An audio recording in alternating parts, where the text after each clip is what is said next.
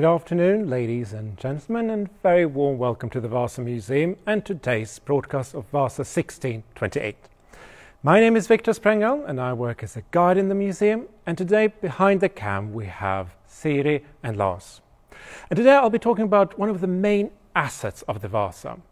And if you follow our previous broadcasts, you might have learned about sculptures, symbols and narratives of the Vasa, and one might even call her a propaganda ship. But the Vasa was also a warship. And what makes a ship a warship?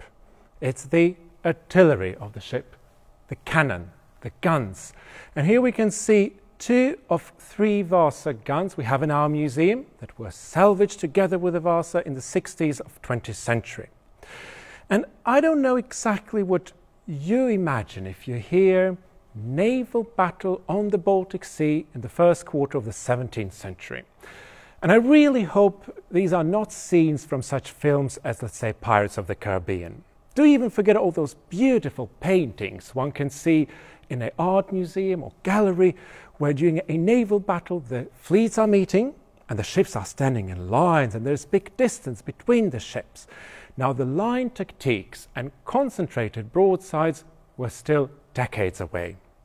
Remember that Northern Europe and the Baltic Sea were rather underdeveloped, and the naval tactics here were almost like medieval times. It was ship-to-ship fight, where the ships of the same size would fight in couples, in pairs. And the main aim was not to destroy the ship of the enemy, but to take it over and to use for your own navy.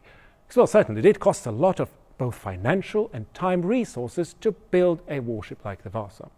So, I mean, why destroying one if you can just use it?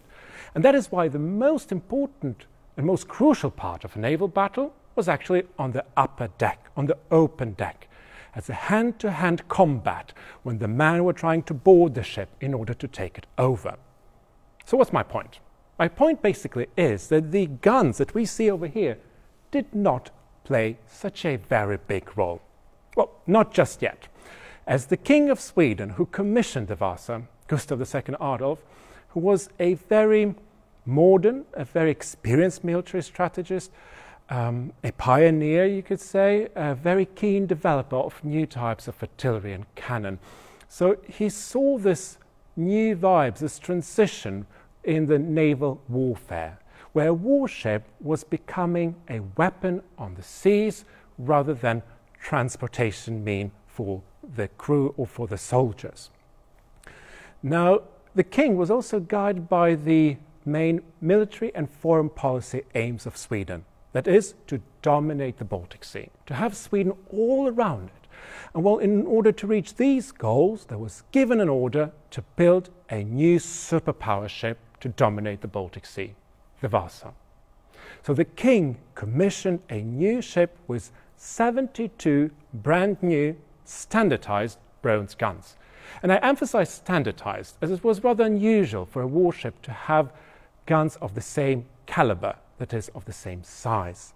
And as I mentioned, the king wanted to have 72 guns on board, but they actually never managed to cast all of them. And on the day of the maiden voyage, on the 10th of August 1628, the Vasa had just 64 guns of different caliber.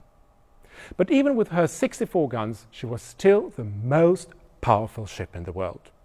How do we know that?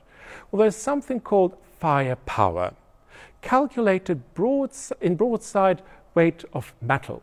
Sounds rather complicated, doesn't it? Well, let me explain it. Please follow me.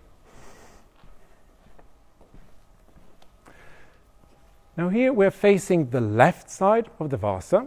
In English we call it the port.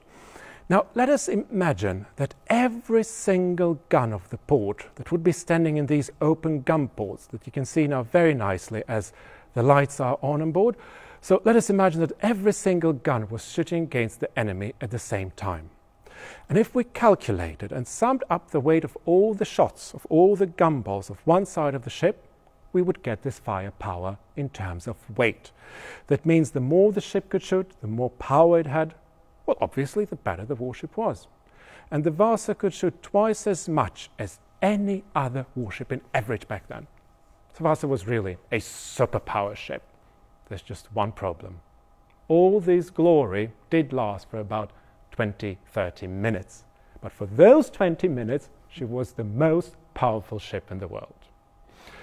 Now, on this pretty optimistic or positive note, I'd like to end up my mini tour.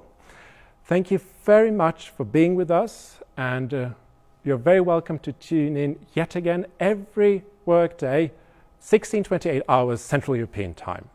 Thank you very much, and stay safe.